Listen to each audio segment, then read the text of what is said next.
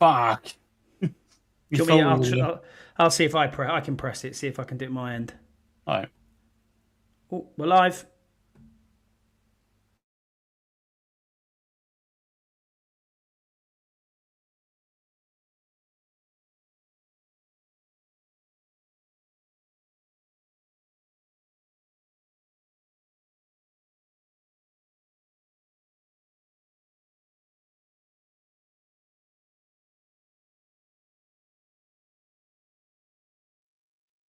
Hello, everyone, and welcome to a delayed 1 Point Safety show this week.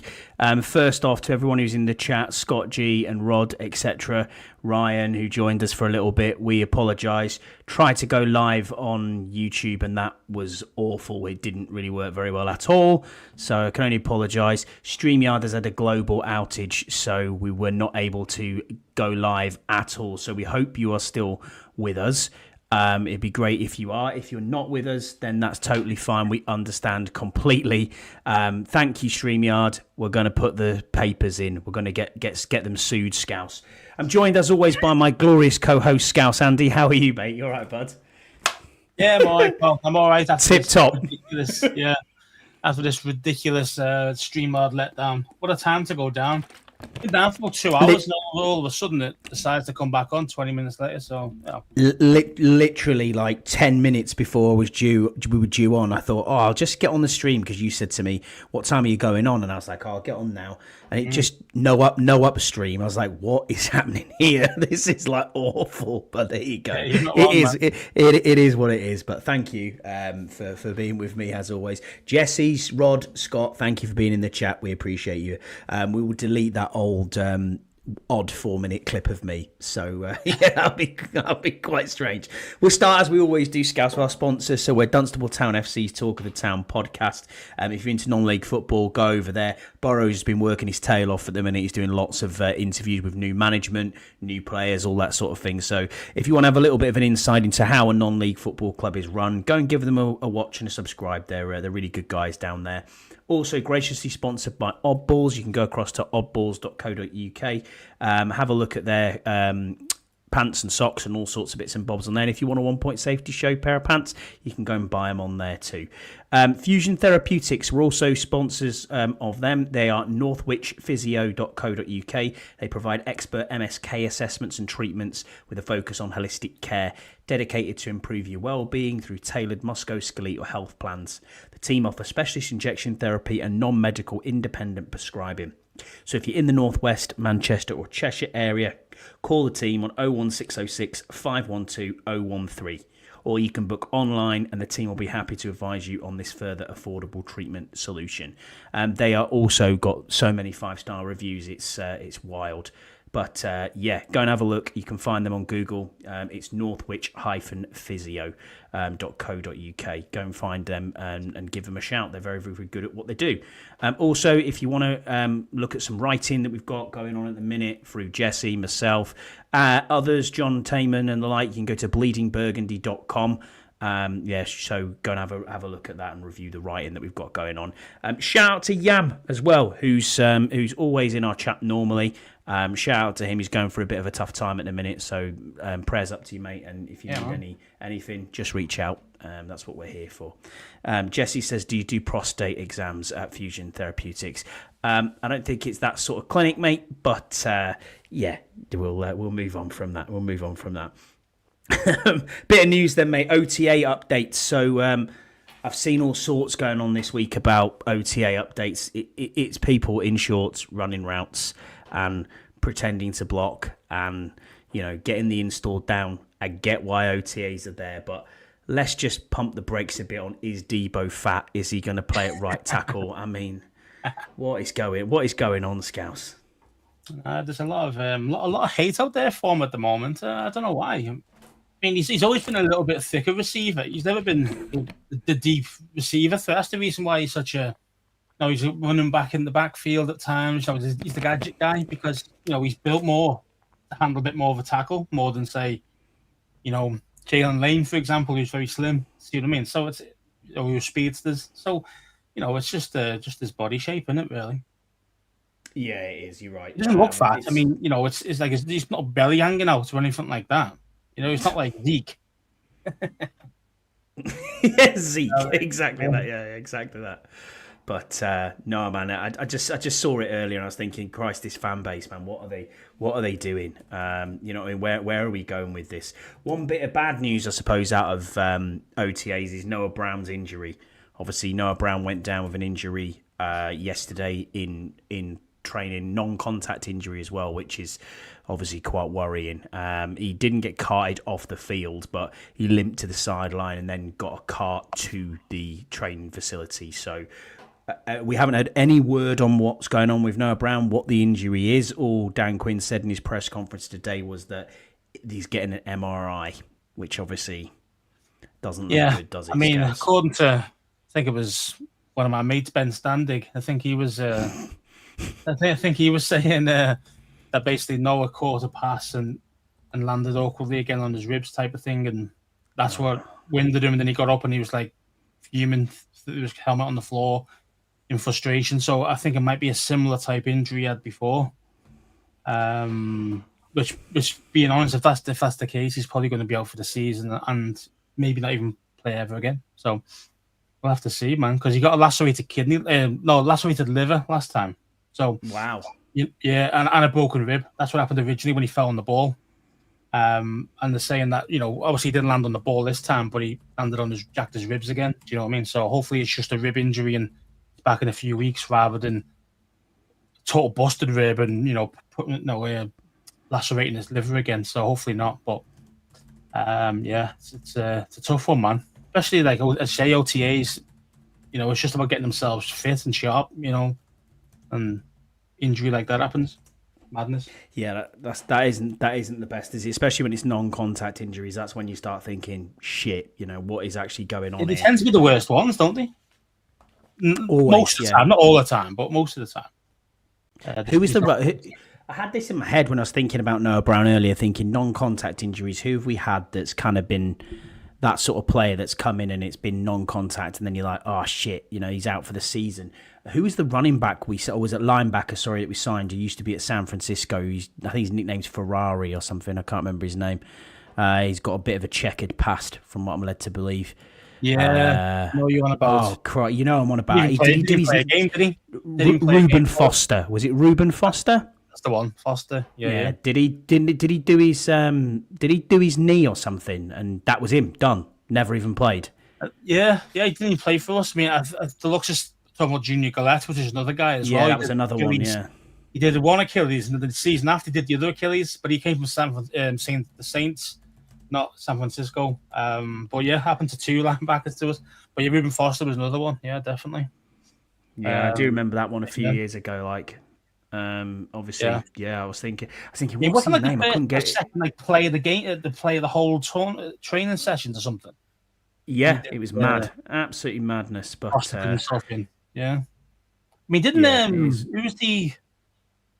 Quinton Dunbar do himself in like that as well? And then he ended up with a numb leg. I think so. Yeah, I think so. Yeah, during his first, I'm reading it now. Yeah, during his first practice with the team in May 19, Foster fell and suffered a torn ACL and LCL and was on IR. Wow. Yeah. Okay. Yeah. There you go. So, yeah. Yeah, Geist as well. The looks mentioned the Geist. Oh yeah, Geist. Yeah, absolutely. And then just straight away. Yeah, I know it's madness, isn't it? Darius Guy. I believe we had a few games we had a season with him, didn't we? Though as well. To be fair, or was he? Or was that when he came back? Yeah, it wasn't a full season. I don't think. It wasn't a full season. No, absolutely right. So on Noah Brown's injury, then obviously Christian Burt. Shout out to Christian. You can find his work at UK HTTC blogs. Also, he is one of your co-hosts on Red Zone in the UK with Deuce. Top guy, really like Christian. He's very good at his writing as well. He said, in a worst case scenario for Noah Brown, is there a wide receiver available to pick up in free agency? And then he's got Allen, Cooper, Crowder, etc. I mean, Amari Cooper. Yeah, I mean, it is slim pickings out there now, but that's understandable this time of the year. No, top receivers aren't normally available right now. So, yes, I mean, yeah, of course you can kick the tires on one of these guys and see if they've still got a good season left in them. But again, depends how much the money's going to be. Like Cooper, for example, he's probably the better one out of them, and I reckon he's probably quite expensive still, considering like what you're probably going to get from him, which is probably bang average at best. Yeah, I just don't think it's. I'd rather give the youngsters a shot. I'd rather give McCaffrey more of a role than go out and buy a Cooper, or Keenan Allen, as you mentioned there. Keenan Allen was quality a few years ago, but his levels dropped, man. So I don't want him either, and plus he's injury prone as well. So again, I'd rather just give our younger guys a chance and just hope that he can step up to the plate. What do you think? Yeah, agree with you. I agree with you completely. I think that's probably where we're going to have to go. I mean, it is, like you say, slim pickings, and we've got a question later on the depth of the wide receiver room, and we'll get into that. Yeah, I don't think there's anyone necessary. If you thought it was a real issue and that the current crop of wide receivers that we've got in couldn't do a job for you, then yeah, maybe it's going to be a problem. And this then also speaks to another room where we're saying, Terry, that's what we'll get onto, but I'm sure that's thinking in their head as well at the same time when you've had a wide receiver like Noah Brown, who's kind of a safety blanket at times last year for Jaden. He's a flag magnet in a good way. He's always getting a PI call, which was pretty good when he was on the field. But again, he was a late addition to the team. You know what I mean? Through training camp, he was very late to get into the building. So it's difficult. Hi, James. Thank you for being with us. Yeah, I mean, it's one of them where, as Rod says, do we need another wide receiver when he says it's very competitive? I mean, is it? I mean, there's a hamstring from Gallup as well. He's got a hamstring injury. So you take them two off straight away. I mean, how the hell did he get a hamstring problem getting off the bench? I mean, come on, bro. Come on, bro. Hamstring. I mean, you only ran about 3 routes already total so far. What's going on? Yeah, that's frustrating. But obviously, he's injury prone. So you're hoping that you're going to get something different. Obviously, not at the moment anyway. But yeah, I mean, if you look at the receiver room right now, who have we got? So I mean, I'll pull up the receiver room now. Pull the whole room up, and we can obviously name the first 3 or 4 guys off the top of our heads. But then it's slim pickings. I mean, you're probably looking at someone like KJ Osborne now off the top of my head. He's still there. Yeah, he is. Yeah, he is. Yeah, you just think. Now you might be the guy who's going to get in, just because I don't think he would have made it if Noah's 100%. I think he would have been the guy. I wouldn't be thinking about. Right. So the starting 3 at the minute then are Terry McLaurin, Deebo Samuel, and Noah Brown. Then behind them you have Luke McCaffrey, Jalen Lane, Michael Gallup. Then you have KJ Osborne, Chris Moore, and Michael Strachan. And then you have Ja'Cory Brooks and Jacoby Jones. Yeah, they're not going to cut it, are they? Let's face it, especially those like 3-4 guys you mentioned right at the end there. I would say the third stringers and the 4th stringers are not going to make the team there realistically. No. You've got Terry Deebo, Jalen Lane, Luke McCaffrey, KJ Osborne, or Gallup. I think and Gallup, yeah. I think we're probably going to have 6. I don't think we're going to take more than 6. I don't think, because you've got a couple of tight ends that we can use as well. So yeah, Rod says there's 40 days to sort this. Yeah, I agree with you, Rod, completely. Yeah, but there is 40 days, but there's not many players left that you can get who could do a job. Do you know what I mean? So you could do it properly without being ripped off. So yeah, we'll have to see how bad Noah Brown's injury is first before we even start making any moves. But very true. Yeah, it's a little bit frustrating at the moment that, because we thought because before a few weeks ago we'd probably say, we haven't got reasonably bad depth there. Really, the first 6 guys there probably aren't too bad. But then Brown goes down, and then you got the Walker injury that is Gallup. And you're thinking, well, maybe when you got 4 guys, see what I mean? That you can actually rely on as such. So and one's a punt returner, and Jalen Lane. So again, you're going to utilize him sometimes in the offense, sure, but he's not going to be. He's definitely not going to be pegged in to be the starter, barring like 2 or 3 injuries. So it's. And the other thing as well is cap space. You don't want to be risking cap space money just to go out and sign a receiver like an Amari Cooper, someone like that. Yeah, and it's he's not going to be. Will he move the needle? That's what you got to think about. Will he move the needle? Say Noah Brown is out for the season. Hopefully not. Touch wood, he's okay. But say he's out for the season. You got what? Then you got Gallup there. You think okay, and then you got KJ Osborne. Okay, that's pretty. Now you're looking a bit weak there right at the end. If you go for an Amari Cooper or something, he's probably going to want at least 8 to 10 mil. You know what I mean? For 1 year, that's quite a lot, really, for a guy who's maybe a third or fourth string receiver. You're right. A bit of other news that James has brought up here in our chat. I also saw it earlier on because Jesse sent me the link to it, all completely in Spanish. But he said, I'm not sure if you signed up to the pre-sale of Madrid tickets, but info came through today. It looks only to be available if you open a Santander bank account. They're sponsoring the game. Agreed, mate. That was it. There was a thing come through from Santander saying, yeah, you have to sign up for a bank account, but it was completely in Spanish and I couldn't translate the website. So I was like, no, I'm not doing this. I never got anything, and I put my name down for that. So that's no. This was just some random email that came through to Santander customers. So I was like, oh, okay, this is a bit weird. But yeah, when you click in the loop in the link, it's all in complete Spanish, and it's an absolute nightmare to find anything. So none of that. Season ticket holders in the States, or those who have season ticket holders for the Commanders, did get almost like a pre-sale agreement thing come through saying that for every person who has a season ticket, not how many seats you have, it's per customer. You can get potentially 2 tickets, but it's a lottery, and you may be picked, you may not be picked. So it's difficult at the minute. I think they're doing it almost like a football in our world, as in soccer. They're doing it almost like an away allocation would be, if you like. You know how they would sell a block of tickets. So it kind of looks like it would be a block of tickets that they may have got hold of. Also, the pricing on the tickets were quite reasonable, if I remember rightly. I think the most expensive ticket was around $250, I think. I'm not 100% certain on that. Was €385. Was it three? Was it? Sorry, dollars. $385. Yeah, there you go. Thank you, mate. I know you. So that'd be about right. 320, something like that. 310, something like that. Would it be?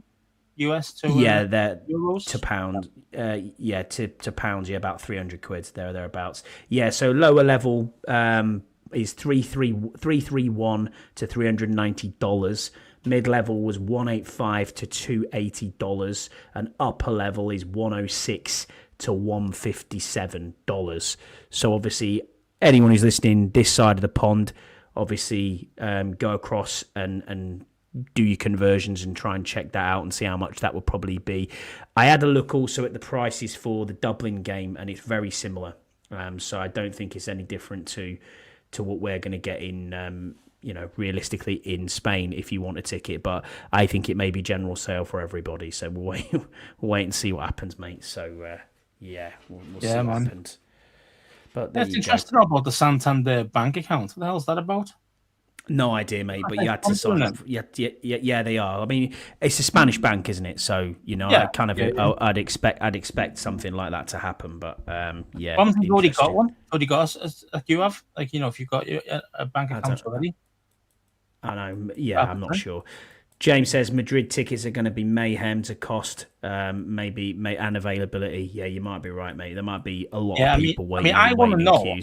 I want to know that how the what's his name? Rally captain. The rally captain can actually get like 300 tickets. No idea. And he's talking like he's guaranteeing it. Do you know what I mean? It's like, well, how are you getting? No, I understand you probably got some links or whatever, some dudes, but that he knows. But surely, how can you guarantee that when big time season ticket holders have got to go through some sort of lottery? Not sure. Maybe it's a corporate thing. Like the hog farmers are going to go through it as well, and all this. Now, the people who are like well-known fans of the team, they're every week. You know what I mean? And they're in the same lottery system as yourself and Burrows is. For the 2 tickets, type on what Jesse is. It's kind of like, well, how's that work? How can he guarantee 300 tickets? That's how many he's got going. Fear is 3 different, like A, B, and C or something, like groups. Yeah, that's right, streams. 100 people in each one. So it's like, so he's got 3. So I don't know how he's done that. It's very impressive. I mean, guarantee it, but it's maybe he gets corporate tickets. I don't know. Do you know what I mean? Maybe he's under that sphere of it all. You guarantee he'd be behind the back of the goal like he always is. Do you know what I mean? So it's like, well, that's not very corporate, is it? That seat, right at the front of I'm on the post. So yeah, it's just kind of just a bit strange for me that. I'm just saying to James, DM me the link, and I will send it out to everybody. It'll be interesting to see that, because obviously if it was in English, James, to you, then you could translate it from Spanish into English on the site, then brilliant. The one I clicked in earlier was complete Spanish, and I was like, nah, that's not not we should get a translator. Trent Alexander-Arnold. See how good he was today? I did see that. Smooth, fluent Spanish that he was speaking. Yeah. So he's bro. You know what I mean? He hasn't known for a while that he's going there. He's fluent, and there's no way you're learning that in a few months. You've learned this over a year or two. Do you know what I mean?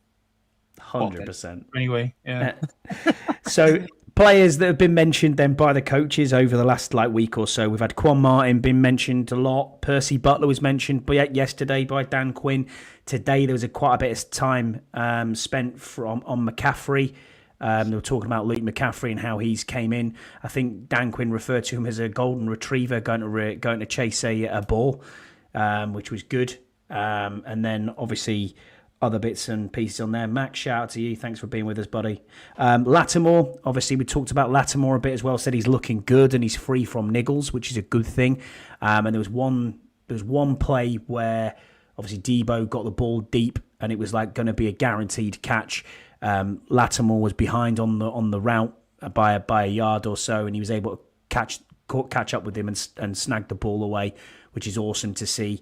And then Tunsil apparently is looking good as well. I mean, he's just a behemoth of a man, and let's be honest, he doesn't need to run through installs in bloody shorts and t-shirt, does he? But not massively. It is what it is. He likes the Connolly, doesn't he? He said about that he's a dog. Yeah, he did say that. I saw that too. There's a bit on the O-line. Well, that's a great segue, by the way, Scouse. So we'll get into the O-line a little bit. Connolly's been taking reps at right tackle, and Coleman's been taking reps at left guard. And Quinn did a podcast with Chris Long called the Green Light Podcast, where he confirmed that Coleman is being moved to left guard. And he was quite specific on that podcast about that. So my thinking of the offensive line was correct. It's just who's playing at right guard. That's the question, isn't it? And I think that was mentioned by one of the reporters today. Dan Quinn didn't mention a lot on right guard, but when it was mentioned, I actually think it was Ben Standig who brought that up. I was like, oh, here we go. Is he actually going to answer it? And he basically said it's a competition. And I was like, yeah, we know that. I think it has to be. I think it has to be a competition, because I don't think anyone we've got there right now is a standout player. No, but obviously besides Cosby when he's 100%. So, the other guys are all fighting for it, yeah, but they're all at the same much of a muchness. They're the same level. So it is literally a competition between those. Now that we know Coleman's definitely going to be playing guard, then we know Conley's going to be starting right tackle, and we know that basically the right guard is up for grabs still until Cosme's back. But think about it, Cosme might not even be back in September, October, like we're thinking. It might take him longer because he's a big dude, and those guys take longer to come back from ACLs and stuff. So we'll see. We'll see. You never know. Might miss the whole season. You just don't know. I do. Says James Bell says, Scouts, you need to have a Spanish Santander bank card to buy the tickets. So UK accounts don't qualify. What a surprise, James, eh? All in Spanish, and you've got to have a Spanish account and be a Spanish citizen, probably. But hey, it is what it is. We'll get tickets somehow. That's how it goes. Of UK boys. That's racist. I'm calling it now, Santander. I'm going to be calling you up tomorrow saying, hey, what's going on here? Nice. Yeah, don't forget while you're in the chat. I'm going to tell them, hey, you say you call for recording all the time. Yeah, I'm going to record you right now. What the fuck's going on? While we're on here and you're all in the chat and watching on YouTube, please don't forget to like and subscribe to the show. We appreciate it. It helps the algorithm, makes it go further. Deluxe, you got a great point there, in Algretti and Herbig possibly battling for the spot at right guard, as well as Wiley. Yeah. I think more between Wiley and Herbig, I think, personally, more than Allegretti. I think he's now going to be the backup left guard. and that's a good thing because he's shit. So I mean, I'm happy. I'm happy with that. I'm happy with that move. You know, he's not shit. He's good depth, but he's not. Is he a starter? He's not a starter. I don't know. That's what I mean. He's not a starter. He was not a starter last year because our whole line was cack. Let's face it. So, you know, if you got people like Wiley and fucking Allegretti in your team, you know you want a loser. So now that we've got some actual real upgrades, we've got 2 actual bookend tackles now. Yeah. You know, we got Biadish, if he can stay healthy, we're laughing there as well. And Coleman will be solid at left guard alongside Tunsil. Tunsil will bring him along quite nicely. The other thing as well is Coleman played 2 years as a left guard anyway in college, so it's not as if it's going to be an alien transfer to him. So that's pretty good. And then obviously when Cosme is fit, line, didn't he? Over the college years. I think he apart from centre, the only bit he didn't play was centre. But obviously, when you look at like what that line's going to look like if and when Sam Cosme's fit, we're going to have a very good offensive line. You know, if everyone plays well and stays healthy, yeah, great. But I think you're right. I think that battle is between Herbig and possibly Andrew Wiley on the right guard side. At a team that won the Super Bowl at guard as well. He played a lot of guard. So did Allegretti. Let's be fair. No, but Allegretti wasn't really. Wasn't a starter for them. We started in the Super Bowl though. Yeah, but that's because of injuries. I mean, Mahomes is just different, isn't he? No, he had to run for his whole life in that Super Bowl. Let's face it. But yeah, I mean, you can tell the difference. You can tell the difference between Allegretti's just. I mean, even Wiley's better than Allegretti. I mean, and you know about it. I don't like Wiley, so you know what I mean. So Nate Herbig, come on down. Yeah, anybody but anybody but. No, I mean, I think Herbig could be the guy, but we'll see. And I don't expect Cosme back because, like, first game of the season, or he might even be back until about week 8, week 10. So just bear that in mind. James has got a good question. He says, "Do we think we have any interest in Jair Alexander? I mean, he was released by obviously the Packers earlier in the week. Do we have any interest in him as a landing spot? Maybe if it doesn't work out with Lattimore, but I don't think we do. I really don't think we do. I think we've got decent enough depth there at the moment within the cornerback room.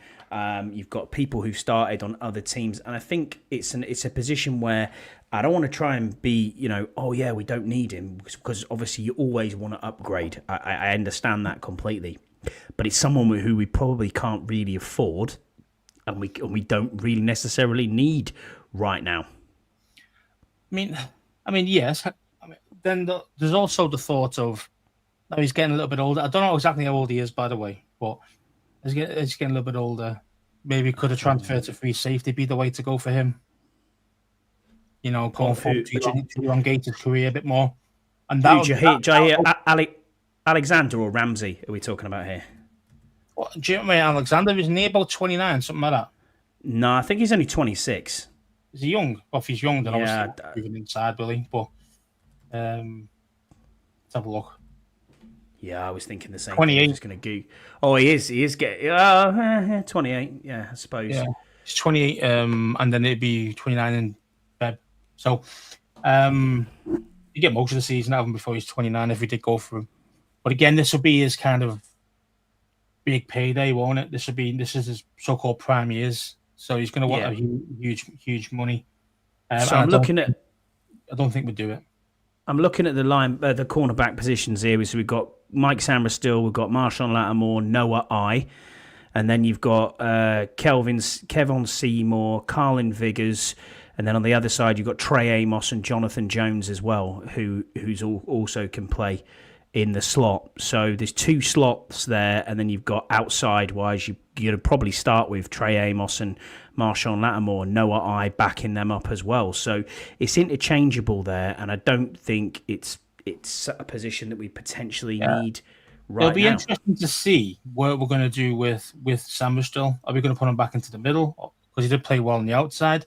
But if Amos he has been looking quite sharp already. He has. Maybe he's going to be that CB2, and then have Sammerstill back in the middle where he thinks that's where he says he's best as well. He says that's his best position.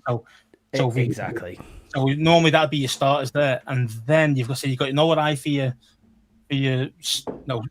rotational slot guy, and then I say you've got Jones. Jonathan You can play Jones. Again, he can play slot as well, but also we can play slot or outside, and so can Noah Ice. So, but no, I can't play outside though. He's not that good. That's why he got toasted, and that's why he was cut when his first round pick. You know what I mean? That he was. And I think they're like Carlin Viggers, who's the undrafted free agent. So that they paid him quite a lot of money signing bonus wise to come in. So yeah. But would you be happy with him being your CB4, backing up? CB5, yeah. Yeah, because you're gonna, okay, CB5, yeah, CB5, because you know what, I'd be probably CB4. Yeah, I mean, if they think he's good enough, then fair enough. And again, why would you go out and get an Alexander? Because that would change your roster straight away again. That'll probably put like a Trey Moss back in, as now CB3. And do you put your second round pick on the bench? Not normally, unless he's shite, i.e. Forbes. But if he's not that kind of, I mean, this guy looks like he's a lot better already than Forbes is. So I'm happy for him to be the starter as long as he continues to improve and be ready. I mean, for me, I don't think, I know we all clamoured for corners last year, and absolutely it was the right thing to do, but it's not Benjamin St. Juice. It's not Ward. You know, you've seen this guy play. Yeah, 25. If it was 24 or 25 on the field, my God, yeah, you were in trouble. Right, but no, I'm pleased with that. It's definitely stronger than it was last season. 100% stronger. 100% stronger. Right, we've got to get onto it then. Terry McLaurin's contract holdout. Obviously, we talked about it quite a bit last week that he wasn't going to be here this week. As true to form, he wasn't going to be here this week. He wasn't here this week, which is fine. It is obviously off OTAs, which are mandatory, so he has been fined just over $110,000 for not showing up this week. But what are your thoughts on this Terry contract holdout? Is it pay the man now? Is it like, I mean, we can get into it. I mean, what do you think? I mean, what do you think about it? Because it's one of them for me. I think he's elite. I think a lot of our guys would say he is. No, there's a few guys who don't say that, which is fine. But then you've got to take into consideration his age as well. That what he will be coming to the season. He will be 30 when he comes into the season. Now, again, I know there's arguments for and against. He's not been injury prone, so why would he now all of a sudden become injury prone at 30 rather than 29? I get that. I understand that kind of argument. But I say you got to see it from the ownership and Adam Peters's thought process. Yes, is he a wide receiver one? Yes. Do you want him to stay probably most of his career, if not all his career? Yes. I mean, I think Peters has already said that. He'd like to make him a commander for life. So those things I've said before, but it's a case of how much do you pay him? And I said before, Peters has a number for everybody. And everybody's contract, he's got a number, and he's actually very hard to budge from it. He can be a bit stubborn like that. He's done it before with a few guys that he just went, "Nah, I'm not interested in getting you because I don't think the number's too high, so I'm not interested." And there's guys he's just not gone for because of that. So, I mean, what do you think the right number should be? I think it should be around that 30 to 31, 32 max. I don't think they should be more than that. But again, the extension level, the years of it, how much do you guarantee him? There's a lot of ifs in this, and it's interesting to get your thoughts on that as well. Yeah, I mean, Craig Alexander, shout out to Craig. He put a question into us saying how much is too much to pay for Terry. So because we're on that, I think if you reach into 35s, that's where it's probably too much. I mean, you're not going to say you want Jamar Chase money, which is like $40 million a year. But should he be paid as a top 10 wide receiver? Yes, absolutely should be, which around current market level is about $30 million. Top 7, about 33.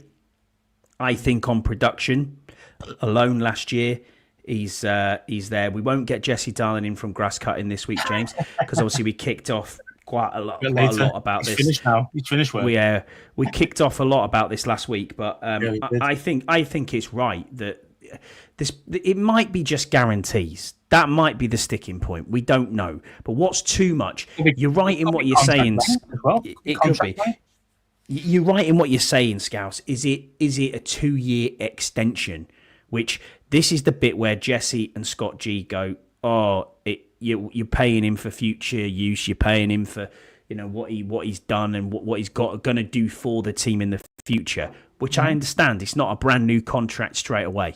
So maybe that's where my confusion came from last week. But I was like, when someone's wanting a contract extension, you have to take into account what they've done for your team already. You can't. Yeah. You can't not do that. I agree. It's not. It's not about what you're going to do in the future. This is a player who's playing with no guaranteed money in his last year. Now, for all intents and purposes, you could turn around and say, "Fuck that. We're paying what you're continuing with your contract, and we'll sort it out in the off season next year." But he's a free agent then. So that's the problem you have. So you get it done just before the end of the season. I'm guaranteed, I put my life on it, that the players like him or other like top guys don't play on last year if they've got no guaranteed money in that contract. Mm-hmm. There's no guarantees. They're not playing. It's simple as that. And they will take the fines. Do you know what I mean? And that's exactly what Terry's doing right now.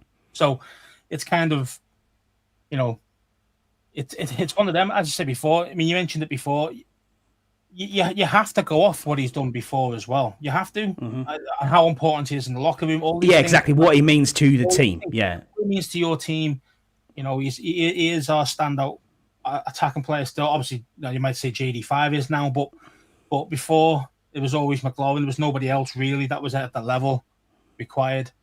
And I understand people go, oh, the thing is, though, you can't pay him what he did before. But the thing is, like, if he didn't do that, if you just said it was just some random guy, you've never seen this guy play ever before in your life, he could be some fucking random guy like me walking up going, well, you know what? Hey, Josh, I play guard and I want 20 million a year. And they'd be like, well, have you got anything on tape? Well, no. Well, you're going to ignore all that anyway. You're going to pay me for what I'm going to do for you in the future, right? Yep. Doesn't make any sense. That's the part I can't understand. That's the part I can't understand. I mean, this is not a guy bagging groceries at Best Buy. You know what I mean? Off the street going, by the way, hey, I want 30 mil a year. Play receiver for you. Well, who are you? I don't know the fuck you are if I'm going to ignore completely who you were before. Doesn't make any sense, man. So you got to take some of that into consideration. And also, obviously, of course, you've still got to hopefully project how well he's going to do for you in the next 2-3 years or whatever your contract's going to be. But, you can't just completely ignore that. You can't ignore what he's done for you in the past. There has to be some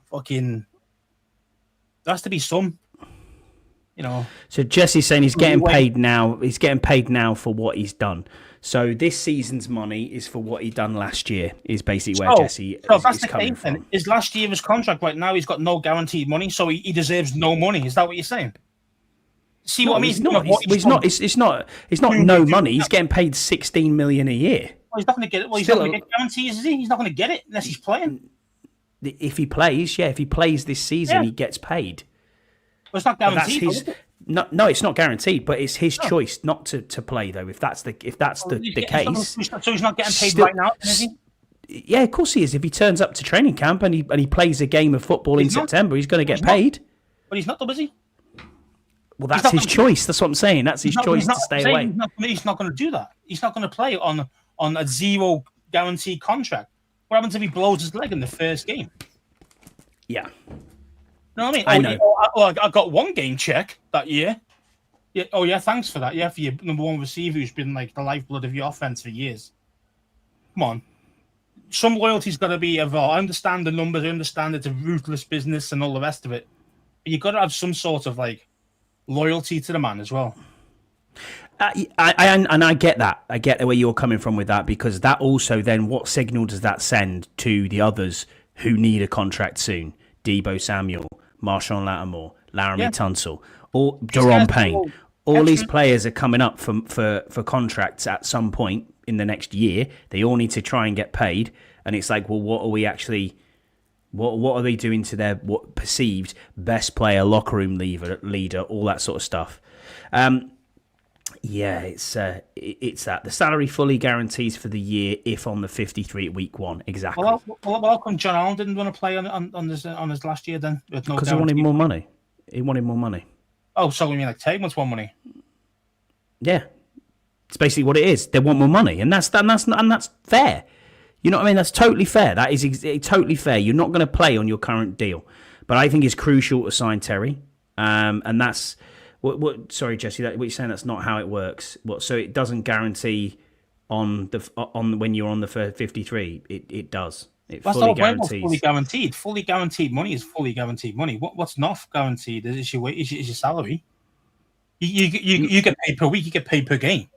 Yeah, of course you do. Absolutely, you get a game check. That's how it works. If you're not fully guaranteed, that's you've got to be available every game. Otherwise, you're not going to get paid. No, unless you're on the IR, which you still get paid.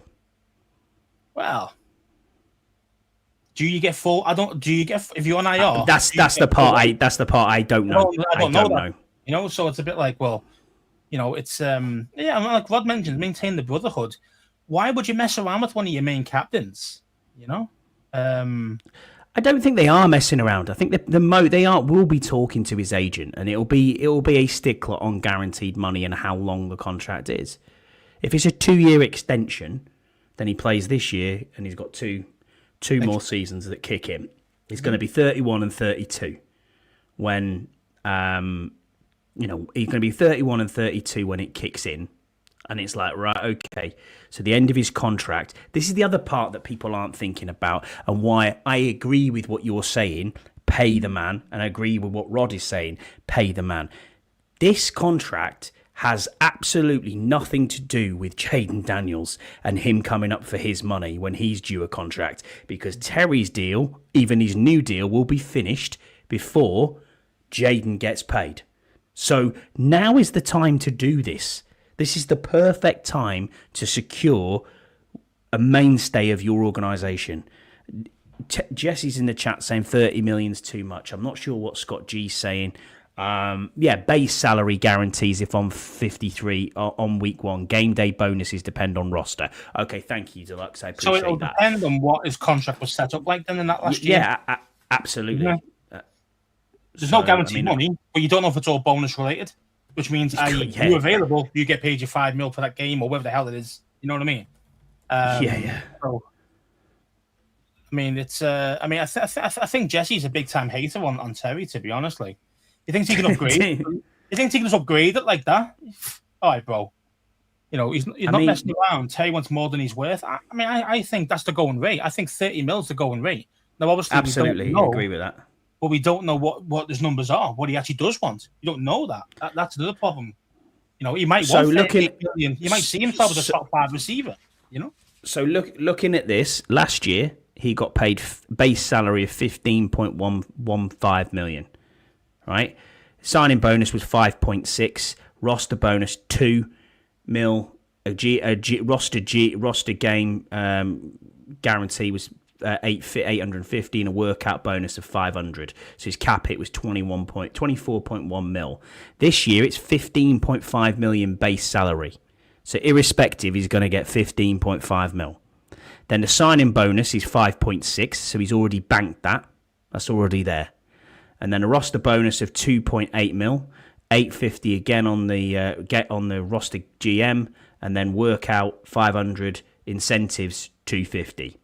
So, yeah, and then there's a void year in 2026, which is just a signing bonus dump of 5.6 mil again. So, irrespective if Deluxe is right in what he's saying, and I don't discredit Deluxe at all, it's one of them where he's going to get 15 mil, over 15 mil anyway, irrespective of what he does. Does he want more money than that? Yeah, he wants to, exactly. He wants to double that, and that's not a problem. I think... To go back to Craig's question, I think 30 million is about right. That is about the going rate of where you are. I mean, that would put him 7th in wide receivers. 30 mil. That's what Tyreek Hill's getting paid. Now, is Terry better than Tyreek Hill? It's questionable, but you know, is Ty what? It's also what does he mean to the organisation? What does he bring you in leadership? What does he bring you in injury concerns? What does he bring you with, how does he bring on other players within the team? There's lots of aspects to this, but I think this is all boils down to guaranteed money. And to be honest, we've got 40 days now where they're not in the building. I think this gets done before training camp starts. Well, yeah, and it'll probably be 32 mil. I'd like to think so. I'd like to think it'll be done before they start training camp. I'd say there's so many variables to this one. Like normally, as a normal average fan, you go, just sign him. What's the difference? We've got the money, pay it. And it's one of them things. It's kind of, you see, this is interesting because Jesse's just put in a chat there saying Pete isn't going to set precedents by overpaying players. Well, I would say look at some of the players who he signed. I get that what you're saying there. Javon Kinlaw, people would say that's an overpay. Yeah, just saying. Adam Peters and you haven't changed Lattimore's contract either. That's another one. Hill is much better. I don't know about that, to be honest, Jesse. Maybe not anymore. He used to be. He used to be. 2 years ago, I'd say yeah. Yeah, I think Hill's dropped the level, A level. So Ayuk's getting paid 30 mil a year. Would you say he was ACL, didn't he? So that's the one. Feel bad for him, to be fair. Yeah. I agree. I think when we talked about this last week, I think T. Higgins is on 27 mil. So he would be seen as a wide receiver too. And what I'm saying there is I think you have to go minimum more than that because that's quite a disrespect for Terry to say, well, hold on, Cincinnati's paying a wide receiver 27 mil. Why should I, I'm a wide receiver 1 on this team and I need to be, respected and paid as a wide receiver 1. I think 30 mil, 31 mil, that's kind of where we're at. So, hi, Yam. Hope you're well, mate. Thank you. We give you a shout out at the beginning of the show. So, thank you for joining us. Appreciate you. We've got another question here from, obviously, go on, mate. So, the Lux mentioned there, but roster game bonuses is divided by 17. Okay. Yeah, so you have to be on, you have to be on the roster each week for that, yeah. Base is divided by 17 weekly checks, but then you get those as long as they're on roster week 1. Yeah, okay. Okay, fair enough. Yeah,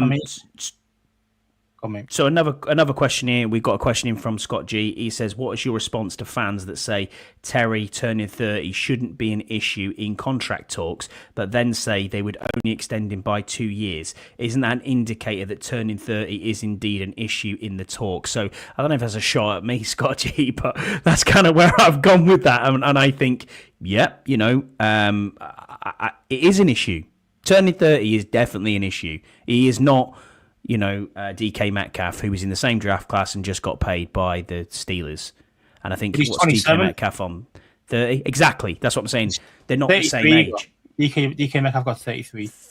So yeah, is that kind of where Terry's That's looking what at? Terry wants to be, probably, yeah, because he's always been compared to him, even though they're different receivers. But I think we came out the same draft class, etc.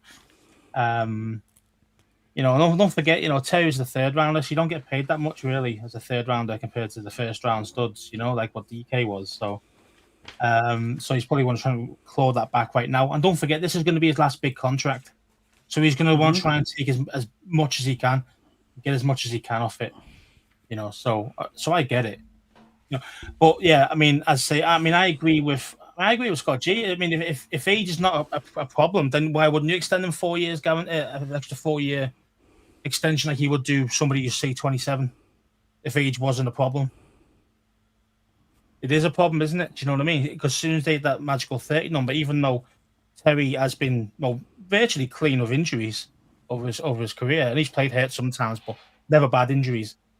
And it's so what do you think about that? Because you say, well, let's give him a 2-year extension, which would leading to be going to be 32/33 by the time the new season starts after his contract's finished. Yeah, got you. So then you're thinking, well, okay, see what I mean? So his age does have to come into it. So it depends. Like I say, what it's a tricky one because say Terry's going to want the most money for the most years. No, it's just obvious that's what he's after. But then it's kind of a case of what's Peter's thinking. I say, is he thinking? Would he? Oh yeah, he's 31 now because his original contract's now up. He's gonna be 31 for his new extension. So you go for 3 more years. That means he'd be 33, nearly touching 34, wouldn't he? If you give him a 3-year extension, which is probably what you would do to your normal big-time receivers. You normally would do that, wouldn't you? You'd normally give him like a 3-year extension on the last year. So you got him for 4 more years. That's what you'd normally do for your main star receivers. So it's kind of a, I say, but his age does come into it, and that's why I don't think you're going to give him a 3-year extension. I think you're probably going to give him a 2 with an option of being an out after 1. Do you know what I mean? Like something like that. So he's only got 2 more years before he can get out, if that makes sense, just in case he drops. But you probably think, well, I don't want that. You know what I mean? I don't want that shit. I want as much guarantee money and I want as long a contract as possible.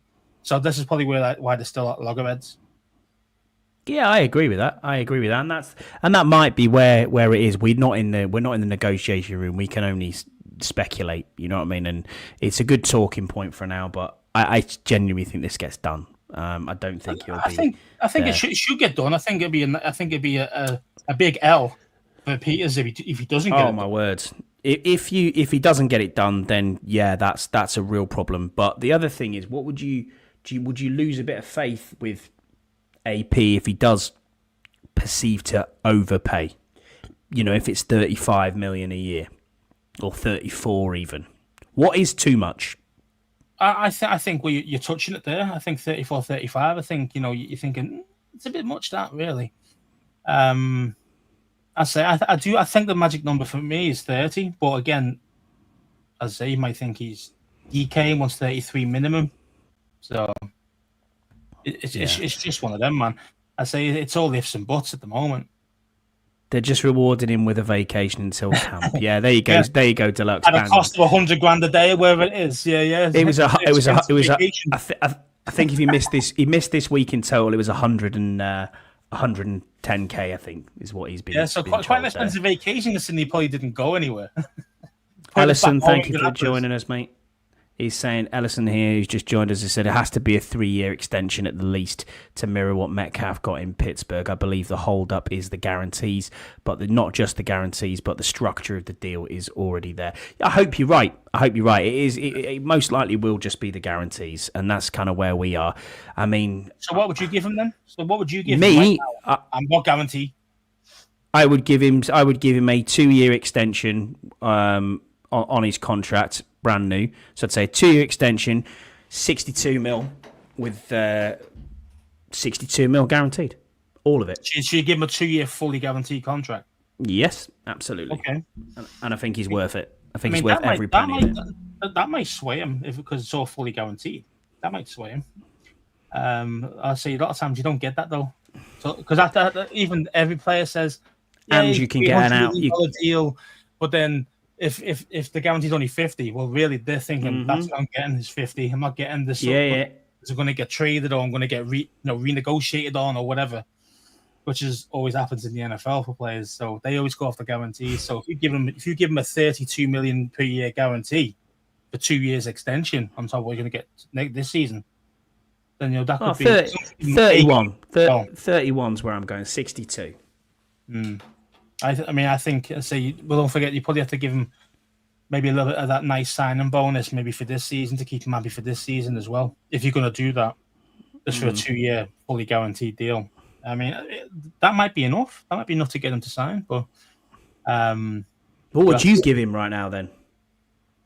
I mean, it's similar per year. But I'd give him a 3-year extension or with an out.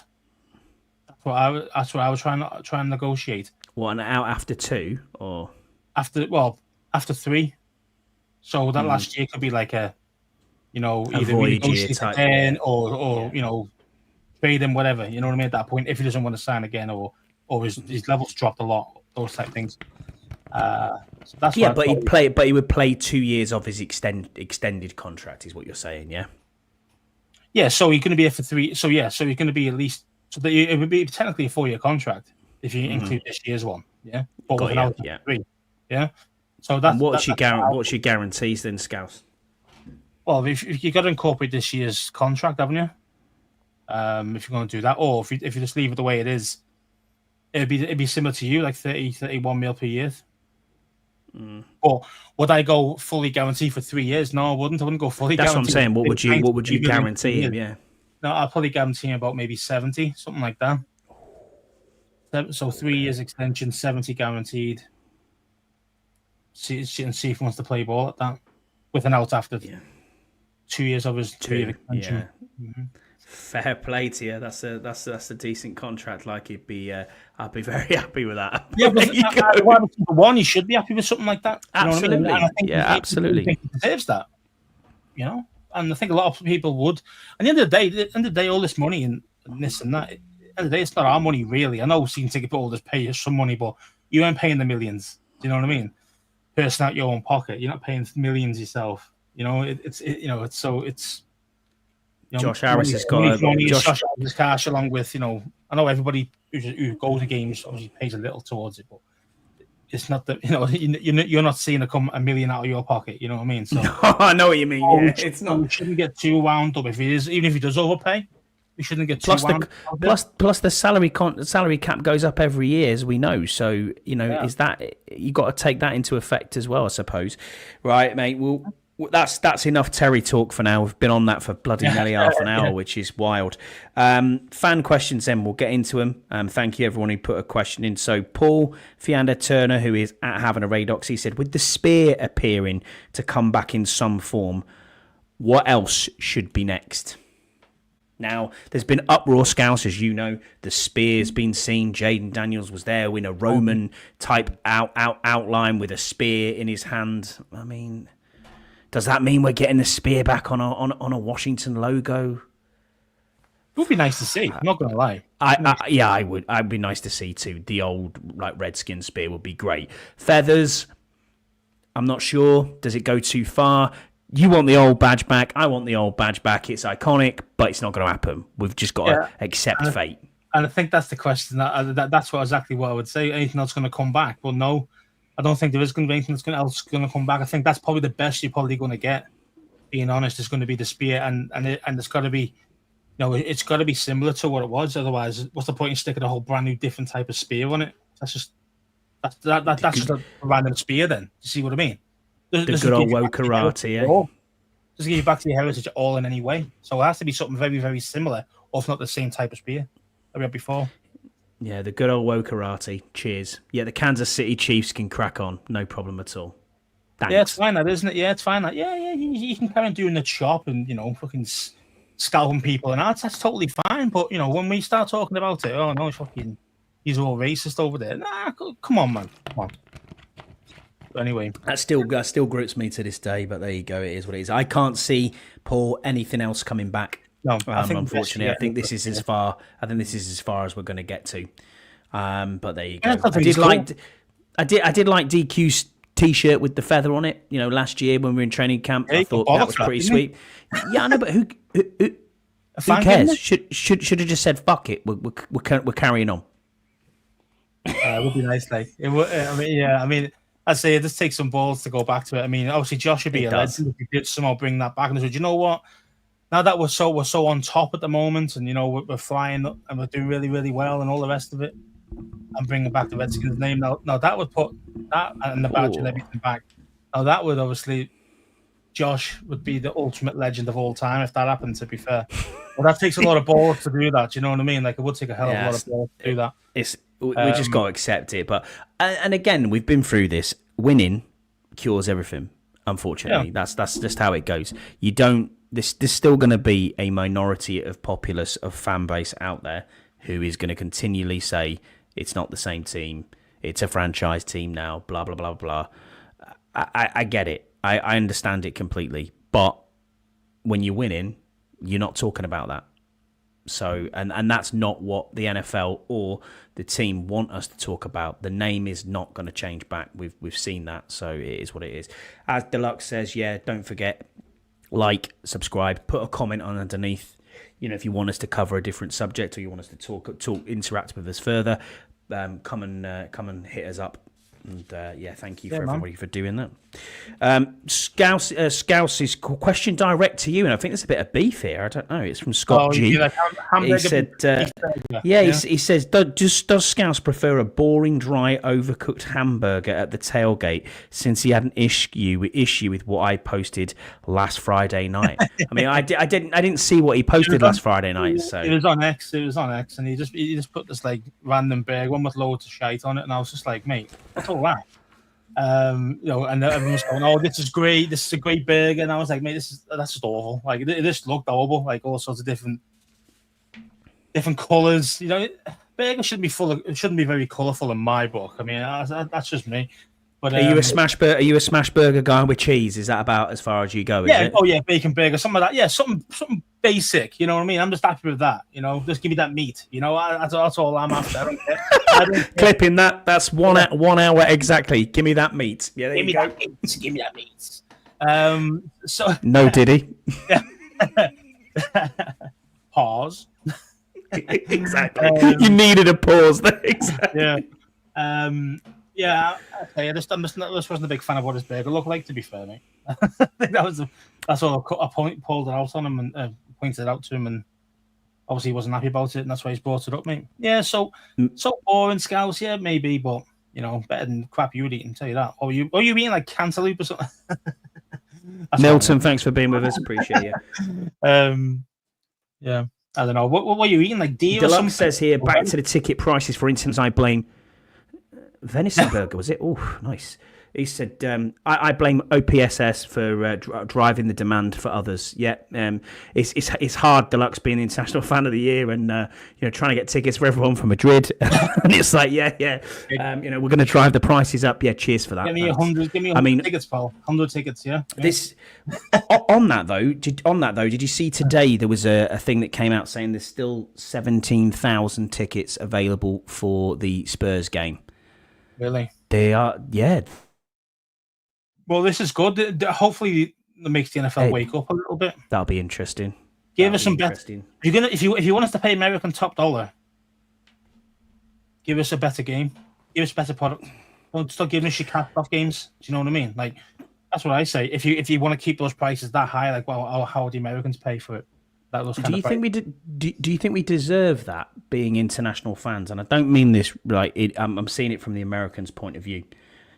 Because obviously it's not our game. It's always going to be a game that's played in the US.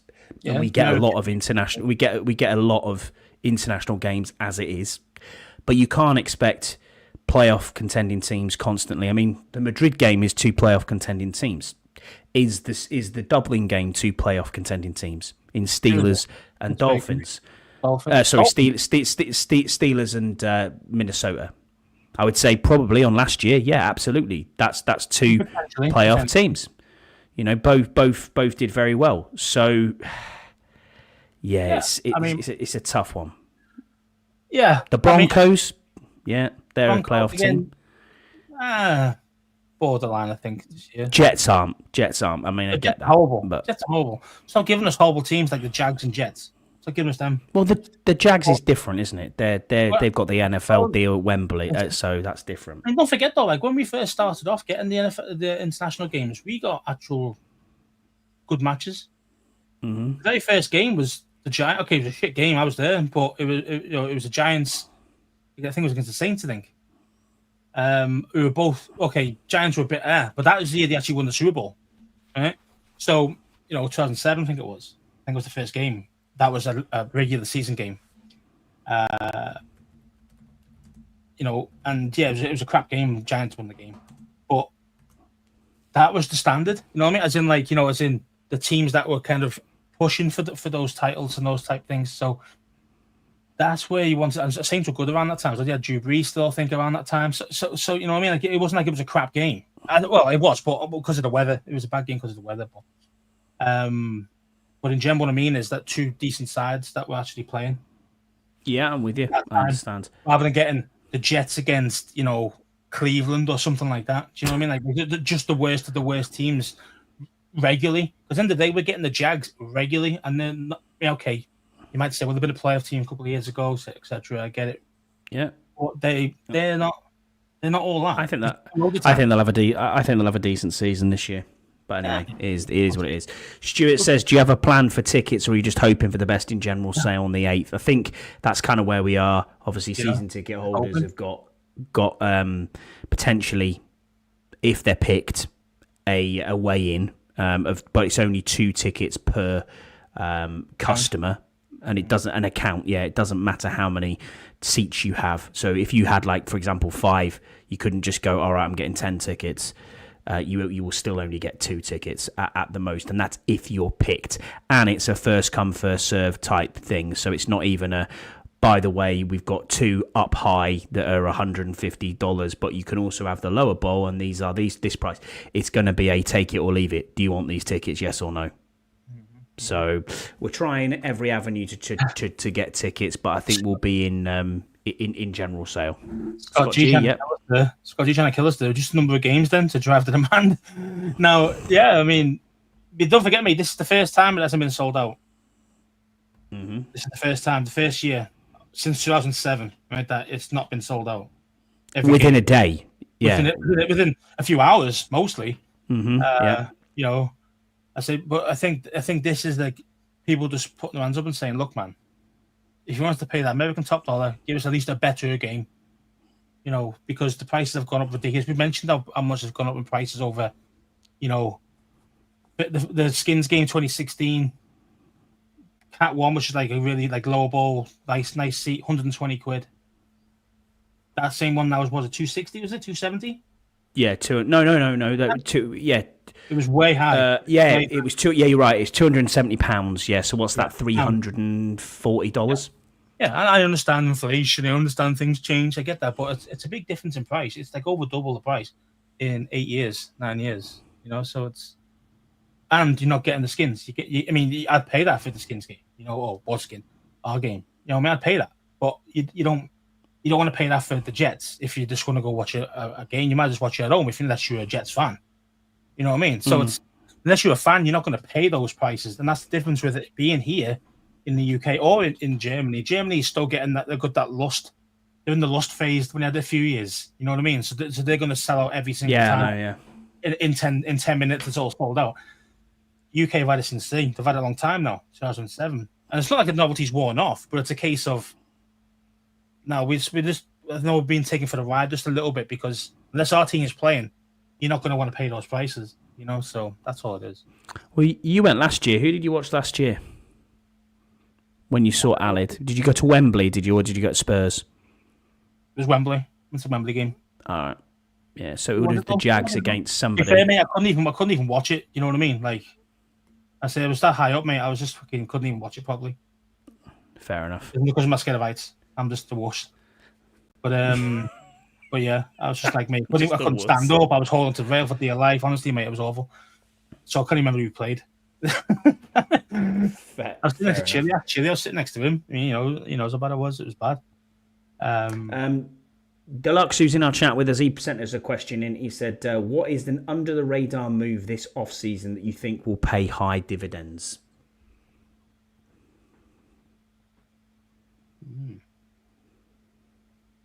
Who would you class as under the radar signings? Who would you class that as? It's tough, isn't it? It just said under the radar. It didn't say an under the radar sign. It just said under the radar move. So well, you can't think that's a signing, isn't it? Or a move? Yeah, I know. Or a move of position of someone, or a coach, maybe. I don't know. What's an under the radar move? Wes Welker maybe coming in. Who? Sorry. Wes Welker coming in on the coaching staff, maybe. I don't know. I'm definitely help the start to see results. I think. Yeah. I think. I mean, maybe the boy that you called out at the draft. You reckon? Kane Madrano. You never know. I mean, the linebacker coach loves him. You know, Ken Norton, he loves him. So there must be a reason for that. He must have a lot of talent. You know, so let's see what it is. I mean, let's see what he's got. For me, I think it's Dietrich Wise. I think Dietrich Wise could be our Jeremy Fowler. Fowler from last year. I think he could sit on the edge. He can also set the edge, which is great to see, and stop the run. but I think he's got probably more pass rush in him than we potentially think. He's a bit of a journeyman back up at New England, came in, and it's like, well, is it going there? I mean, I'm saying him. You're right, though, Deluxe. Another one, Herbig, could be a under-the-radar move, playing right tackle, starting. I actually think he starts right guard. I think he will be our starting right guard and win that camp battle. It'll be. Look, as an example, like maybe you'd say David Blau. I mean, that could be, that could be a genius move. That could be the under-the-radar move. But would you notice it massively if he was there? Because you're used to him being there last year, so would you know the difference? Do you know what I mean? Like, if he went this year, you wouldn't know if the same level is going to be the same. You know what I mean? Like, but he's going to be there this year as well. You can't really compare it. If that makes sense. So how would you know if that was the move of the season or whatever? To see what I mean? So it's quite a tough one. It's going to be tough, yeah. But for a guy who's already been there, for a guy who's already been there, it's hard to see the difference from a coach. Because you think about he's a coach, he does his job, Unless Jaden takes an unbelievable, massive step up again. But it's hard to do that, man. It's really playing at high level. Milton asks, how many games have you guys been to? So at the moment, Milton, we do every opening home game without fail. We've done that last 4 years. Will this be year 4 or year 5? Can't remember which one this will be. 5?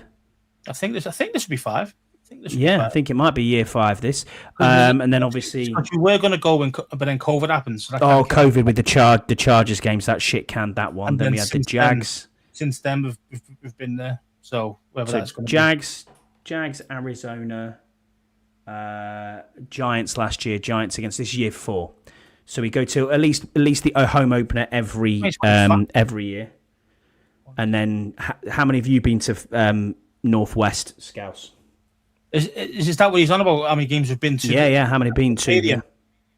Or overall? Okay. I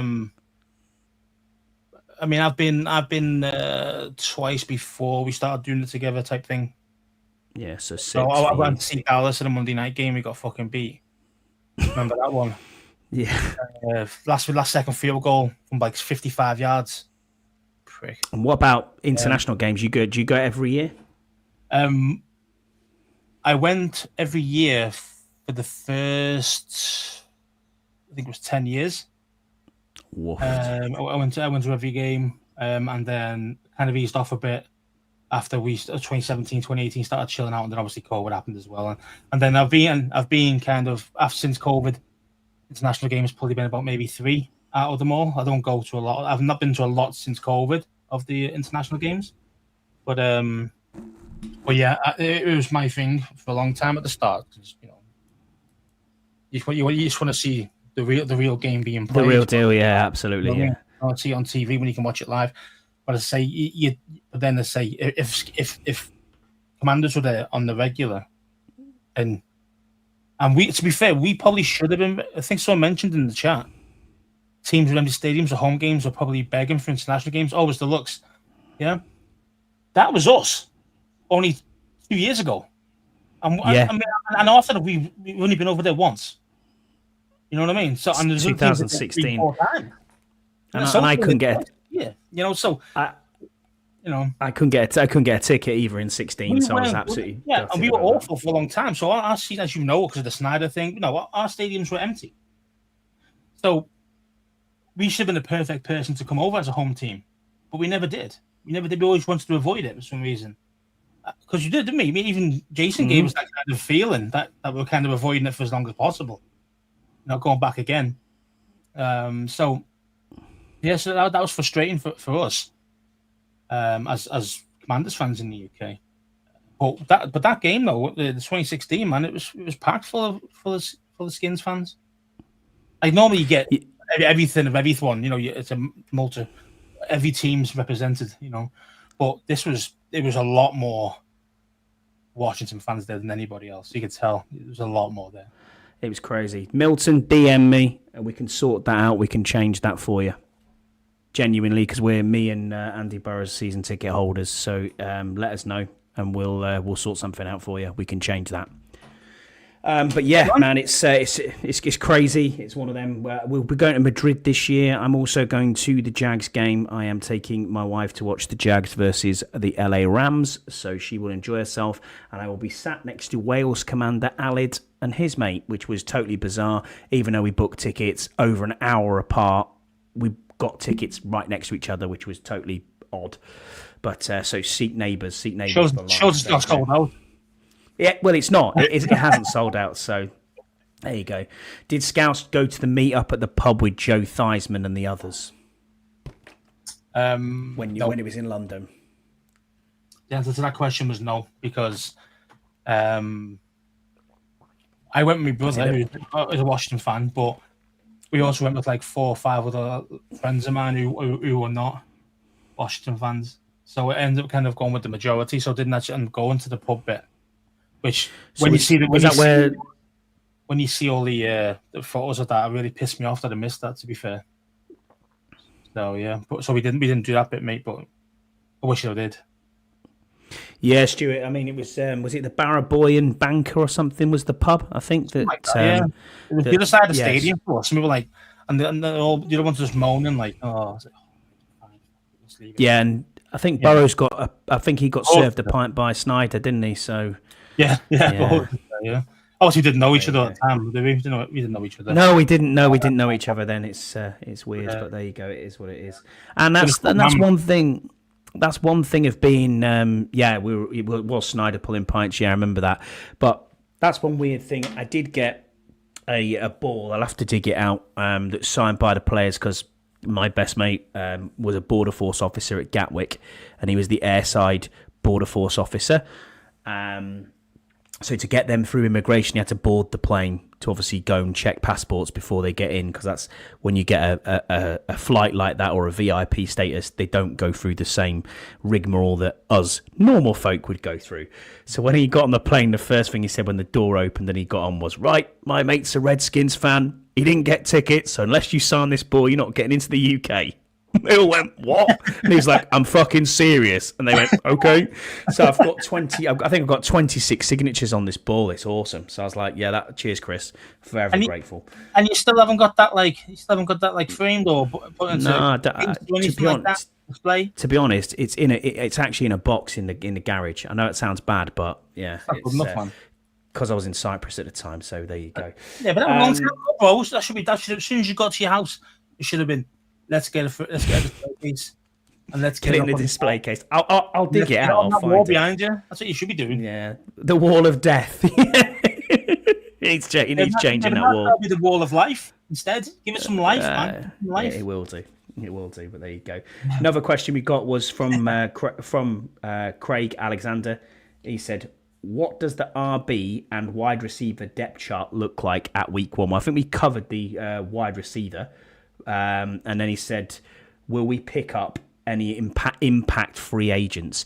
I think we might be in for some free agents, obviously around cut down days. If someone's out there and we need someone desperately, then yeah, maybe. But Jair Alexander's, the Jalen Ramseys of the world, them sort of people, I don't think we're in for any of them at the minute. There's the occasional cut here and there that you can see coming on in linebackers, and you think maybe, but I don't think we will be. The Bengals cut one of their main guys as well.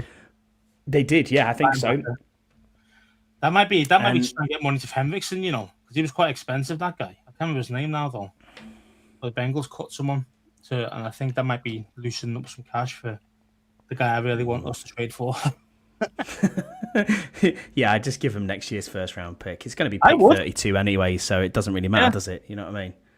Hey, with this, Scott G said, who's already signed? Hendrickson's already signed. But yeah, I don't see us getting running. Has he? Wow, I need to check. Didn't see that. I honestly, I didn't see that at all. No, but there you go. It is what it is. On obviously running backs wise, we'll look at the roster. We know who's there, but yeah, what do you see it looking like? I mean, Brian Robinson at the moment is RB1, Austin Eckler 2, Chris Rodriguez 3, Jeremy McNichols is apparently 4, and then you've got Krosky Merritt is 5, as it stands. I think that changes. I do think. I think that changes too. I think Krosky Merritt comes to 3rd. I like it. I like what I've seen from him anyway. I know he missed last year, because he got dicked by the. And then obviously, I think Chris Rodriguez, anyone who's been cut 20 times in a season and not been picked up by another team, that says everything you need to know about that guy. Yes. Yeah, exactly. But yes, he did a good job. I'm not going to deny him that when he came in, he gave us good reps, and that's what you want. And McNichols was the same. Scored touchdowns, gave us good reps. I think the running back room is actually a strength. Yeah, so as in player wise, but then obviously what you got to think about is O-line play, because the only one with real vision. I mean, Crosby Merritt's got a bit of vision, to be fair, but he's quite a patient runner. But the other guys besides Eckler's got a bit of vision, but like B-Rob doesn't have great vision. He sees a hole, he's gone. Like, he tries to hit that hole hard. And same with Rodriguez is similar in that respect. So it's going to be on the O-line, really. They need to be, if B-Rob's going to be RB1, they're going to have to open up some gaps for him, man, because otherwise he'll do nothing. He'll get stopped like he did for basically the last 4 games of the season last year. So, yes, the O-line technically per player is better than it was last season. On paper, we'll have to see. So it was Jermaine Pratt. That's who Scott was on about. He's gone to the Raiders. Raiders. Yeah, well, they're awful. But the thing is, though, a 1 year deal with the Ravens worth up to $4.78 million. Oh, he was around 10 mil. So no wonder they cut him. Yeah, so it's pretty. So I think Crosby Merritt makes the team as well. Ellison, I agree with you. I am a McNichols fan too. I thought he did really well when he came in. C-Rod, I've always liked C-Rod as well. I do like him as McNichols does play special teams, and he actually lays the wood as well. I've seen that a few times. So yeah, I think we've got. I think the one who's going to miss out is C-Rod. I do too. I think he's practice squad. He's a practice squad player because you say you're safe in the knowledge as well. If you're DQ, you're safe in knowledge. Yeah, I can cut this guy and bring him back to the practice squad because no one's going to touch him. But if you were cut 20 times last year, no one went for you. There's an issue there. Well, there's that. I mean, maybe but again, he probably suits our system more than the others. That's why he's still on the roster now. But yeah. I do. I think Merritt pushes up that board a little bit. I do. I think you can see him definitely getting reps at RB. I know McNichols does like third down back type things, but I think you might see him more just on special teams, more than actually playing on the offense. So we'll see. We'll see how that goes. But we definitely got more players there now. I feel a bit more confident if the O-line can actually help the running backs out as well. Agreed. And our last question from fan submissions, thank you to everyone who put a question in, is from Yam, and I missed it last week, so Yam, I apologise to you. I should have read this out before. It says, how do we compete with the rest of the NFC East, and especially the Eagles, with guys we currently think are on the roster? Do we make any more moves in pre-season and try and close the gap? Because let's be honest, the Eagles are still top until proven otherwise. One other thing is, there's an Eagles fan, I can't remember his name on Twitter, I'm not even going to shout him out. Bro, give it a rest. Like, you won the Super Bowl. How are we living rent-free in your head in the middle of June when you just won the Super Bowl? Dude, touch grass. Go out and play. Enjoy yourself. Do you know what I mean? Go and have sex with your wife in the car. You know what I mean? Do whatever it is you want to do. You won the Super Bowl, man. Do you think we'd be sitting here on a Thursday not celebrating in the middle of June that we won the Super Bowl? Mate, that's an unbelievable thing. It's the pinnacle. And yet you're sitting here gobbing off at Commanders fans and saying how shit Jaden is and he's not the best quarterback, blah, blah, blah, blah, blah. Come on now. And then people trying to, like, what was it? Jalen Hurts with some shoes or something. He was wearing some trainers, colors, and then Jaden was, and he's just like, yeah, mate, he wasn't copying. He just wearing a pair of fucking, I don't know what they were, Jones maybe or something Boots. like that. No, just like cleats, weren't they? A certain style cleat, which obviously 2 different colours. He wasn't copying fucking the bum that is Jalen Hurts. You know what I mean? And he is a bum. Yeah, he's probably the worst quarterback to win a Super Bowl. Wow, no way! Come on, that's wild. That is a wild take. That worst. Tell me he's the worst quarterback. Who to win a Super Bowl? win a Super Bowl? There is worse than him. Off the top of my head, I can't even think of one off the top of my head. Because there isn't any. That's why you can't think of any. There has to be. Yeah, there is. There's way worse QPs. And everyone thought he was bang average. Brad Johnson was a better quarterback, better passer of the ball. Who else? Who Joe Flacco won a Super Bowl. Terrible. Hey, Trent Dilfer. Come on now. He was a beast in his prime. Flacco. Trent Dilfer. Exactly. He's even better than Hurts. That's how bad. That's how bad Hurts is. That is the wild. I hope you clip this for a short. I hope you clip this for a short. That is a wild take. 500 pounds, and that's why I can get that extra yard. No. That's all he's got. Even Trent Dilfer's a better quarterback than him as in a passer. Passer?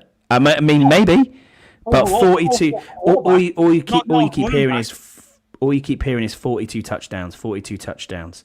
You know, it's. I can run the ball. Yeah. I'm a runner. Okay, all right, brilliant. If you had, let's see Jalen Hurts in a team that has no O-line, or put him in the Texans team with no O-line and no receivers because they got hurt. Not going there, and let's see what he does there. He'll do nothing. It'd be awful. He wouldn't even get to the playoffs. He'll do nothing. You'll do nothing. You'll do nothing. Yeah, and that's he's not a good quarterback. He really isn't. He's great in their team because of the way it's set up. You know, he's got the best team in the NFL. By far the whole team is the Eagles. And that's what's Yam's point. That's what he's trying to get at, is how do we close that gap to the Eagles? I mean, have we closed it? Yes, I think we have. We've got a better offensive line than we had last year. I think we've got better at cornerback and we have depth. The running back room, which we've just been through, we're happy with. If we can stop the run, yeah, great. The only bit that we have a problem with is edge, and it's how we're going to deal with what's happening at pass rush. But as you said last week, you probably see more linebacker blitzes, Medrano, Frankie Louvu, Wise, and situational and designated pass rush is kind of how it's going to go, rather than an out we have two edges. And that's that, because as we talked about that elephant end. Yeah. But I don't know. I think I'd say that the idea is that Plunkett. Yeah, there's another one, Plunkett. Before this, when we got beat like 50 or whatever to them. Well, what happened? We got burned big time by a Saquon. So what are we got to do? Well, you got to find a way of stopping the run, and you can at least see a plan. You can see the plan what they've done. They went for they're going to try this elephant edge system. They got two guys who can play it, as in off season, bring them in to play it, and hopefully utilize that more to our strengths. Let them try and run between the tackles, rather than outside where we're getting killed. You know what I mean? So, so I can see what he's trying to do. So at least I know there's a potential plan of action. That's how I think we're going to get closer to them, is by helping stopping the run. But again, they are such a good side. If you can stop the run, then you still got the receivers to worry about who are going to be one-on-one against your corners. And if you can't get a pass rush, you're going to be screwed. That's the argument for edge. You can't get a pass rush, you're going to be screwed and pass and put downs. Which is why Luba's going to be he's going to have to be our 15 sack season guy. You know what I mean? He's going to have to be like a major player. You know what I mean? I think we get more in. I think they're looking at more interior pressure as well, Scouse. I really do. I think Deron Payne, who needs guaranteed money, wants to do well. He's going to have a season, hopefully, like he did in 2022, where we had that 11.5 sack season. That's kind of where we need it. We need that rush from the middle. And now John Allen's gone. Has he been pushed because Johnny Newton wasn't necessarily trusted as a rookie and was new to the team and didn't really understand the NFL? Can you now say, well, okay, we know what we've got with Johnny Newton, we know what we've got with Goldman coming in as a veteran, we know what we've got with Kinlaw coming in as well as a veteran. Go on, Deron, you do your thing from the middle. And maybe it's different scheme. I do. It's going to be a different scheme, isn't it? They're going to use that elephant edge, as I said before, to try and set the edge. So it's going to be a different scheme, especially up front, definitely. we'll have to see how that goes. But I think that's where that's where we had to make massive improvements in. And also, if you haven't got a great rush, you're going to need really good sticky corners. You can actually stop these passes being, completed. If you're going to give a shit quarterback like Hurts time, because any quarterback in the NFL has got enough time, will still beat you with the arm. All right, so it doesn't matter. So I think we've done that. I think Amos I think he's very good. Sure, he might make some rookie mistakes, but I think he's going to be really good for us. Obviously, I think if you get anywhere near a prime Lattimore, we've got an absolute beast out there. We know how good Sam Mitchell is. So let's go. Let's see. I think we win. Yeah, they abused us in that championship game, but that was only because of the run. We couldn't stop the run.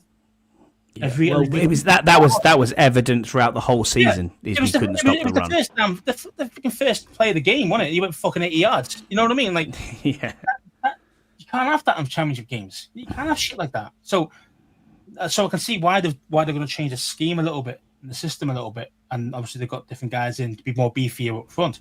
It makes a lot of sense. So I can see where they're coming from. See what they're trying to do. I say, but yes, we still are weak at edge rush. So I mean, and that's something that some teams will try and punish us for that. So agreed. All right, Scouts, well, that just about does us. Thank you, every single person who's in the chat. And first off, thank you for bearing with us. We had that nightmare with StreamYard who wouldn't let us in for about 15, 20 minutes. Did that stupid go live, which didn't work. So I apologise to everyone who spent 4 minutes watching my ugly mug. But if you've joined us tonight in the chat, we appreciate you. If you're listening on the podcast from Spotify, please give it a review, rate the channel and the chat. And if you haven't already on YouTube, please go ahead, like, subscribe, and do all the usual stuff. So we can't thank you enough. We'll be back probably the same time next week. 9 o'clock Thursday. We'll have something to talk about. We always do have something to talk about, but this is kind of the doldrums now, Scouts. It's like 40 days off, no players on the field. No one's doing anything. What are we going to do? But we'll get there. We'll get there, man. And if not, all these people in the chat, come and hit us up in the Red Zone lot. We'll be there. Obviously, the first home game. Come and see us. We'll be about. And if you come into Madrid, come and see us in there. The Irish Rover, I think, is going to be the designated pub. So, Rod, just so you know, that is pretty much what I've been told. The Irish Rover is where I think everybody's going to hang out. So if you are going to Madrid, we will see you there. Most likely, though, mate, if all our flights will be full of peoples anyway. So, Paul, thank you for being with us, mate. Please subscribe. Give us a shout, dude. I appreciate it. So I'm glad that you just came across us. So it's always nice to have new fans, and also the same for Ellison, who's been in there as well. So we appreciate you all the way there. You did say Canada Doldrums, didn't you? What? You did say Canada Doldrums, didn't you? Kind of the doldrums. Oh, that's the Canada Doldrums. No, kind of the doldrums. And what I mean by that is, like, okay, Canada. It gets a bit harsh. I thought you were trying to have a little pot shot at Canada. I'm not having a pop at Canada, Mike, or at Canada in general. Milton as well. Thank you for being with us. I appreciate you. But yeah, man, it's it's nice to see different people in the chat as well. Nice to see it is. It's always nice. Canada is just burning, is it? Okay, nice. All right, fair enough, Scott. I thought LA was too, but there you go. Yeah. We've got the same over this end as well. So it's well, we're not getting into politics. We'll be here forever, mate. Let's start making a politics pod instead as well. Maybe let's do that. With the next Joe Rogan sat over there. Yeah, we'll see. All right, well that just about does us. Anything further from you? So Scouse? No, mate. No, it's just Paul. Thanks for subscribing, mate. Appreciate you. Yeah, thanks, Paul. We'll see you next week. Next week, 9 o'clock, we'll be there. Hopefully, as long as StreamYard doesn't 9 p.m. UK dirty like they did today. Yeah. 4 p.m. over in the East Coast. Oh, wildfires in Canada. Oh wow, okay, wildfires. Yeah, that'd be interesting. I'll better get a look at the news then. Well, there you go. Thanks everyone for being with us, and we'll see you again next week. Bye.